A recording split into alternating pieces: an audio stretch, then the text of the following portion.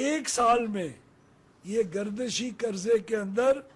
800 تقریباً ارب روپے کی کمی، ریکارڈ کمی، بغیر کوئی مزید قرضہ لیے، بغیر عوام یا کنزیومر کے اوپر بوجھ بنائے، بغیر کوئی دو نمبری کیے، ہم لوگوں نے جینونلی اوریجنلی اس 800 ارب روپے کے قرضے کے اندر ایک سال کے اندر کمی کی۔ یہ کمی کس طرح ہوئی؟ یہ اس کمی کے اندر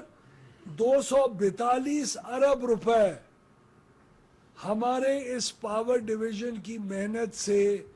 ڈسکوز کے نقصانات کے اندر کمی، چوری کے اندر کمی،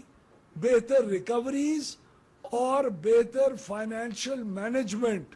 جتنا ہم نے بجٹ کیا ہوا تھا اس بجٹ سے کہیں کم استعمال کر کے ہم نے لوگوں کو سروسز پہنچا کے اس 780 ارب روپے کے اندر سے تقریباً 242 ارب روپے کا جو بہتری ہے وہ اس وجہ سے آئی۔ پھر بہتری آئی 175 ارب روپے کی اور وہ آئی کیونکہ معیشت سنبھل چکی تھی، انٹرسٹ ریٹس کم ہو چکے تھے اور ہماری جو لائبلٹیز تھیں اس کے اوپر کم انٹرسٹ ریٹ کی وجہ سے ہمارے اوپر بوجھ میں کمی آئی۔ 175 ارب روپے میکرو اکنامک کنڈیشنز کی بہتری کی وجہ سے آئی، اور یہ macro economic conditions finance ministry اور پوری فیڈرل گورنمنٹ کی محنت کے ساتھ ہمارے سامنے آئیں۔ 363 ارب روپے کی مزید کمی ہم لے کے آئے گردشی قرضے کے اندر، اور وہ کس طرح آئی؟ وہ اس طرح آئی کہ ہم نے جو آئی پی پیز کے جتنے کانٹریکٹس ریویو کیے تھے، آئی پی پیز کی بڑی بڑی کمپنیز کو منوایا تھا اور ان کا شکریہ کہ وہ مان گئے تھے،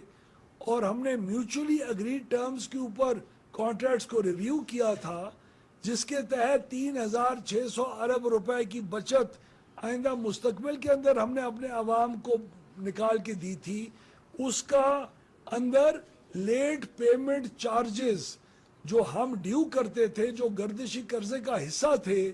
وہ انہوں نے ویو آف کی، اور مزید 363 ارب روپے، یعنی ٹوٹل امپروومنٹ تقریباً کوئی 780 ارب روپے،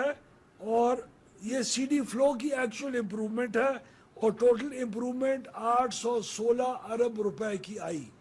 اور یہ گردشی قرضہ 2393 ارب روپے سے کم ہو کے 1614 ارب روپے کے اوپر ہم نے جون 2025 کے اندر لا کھڑا کیا۔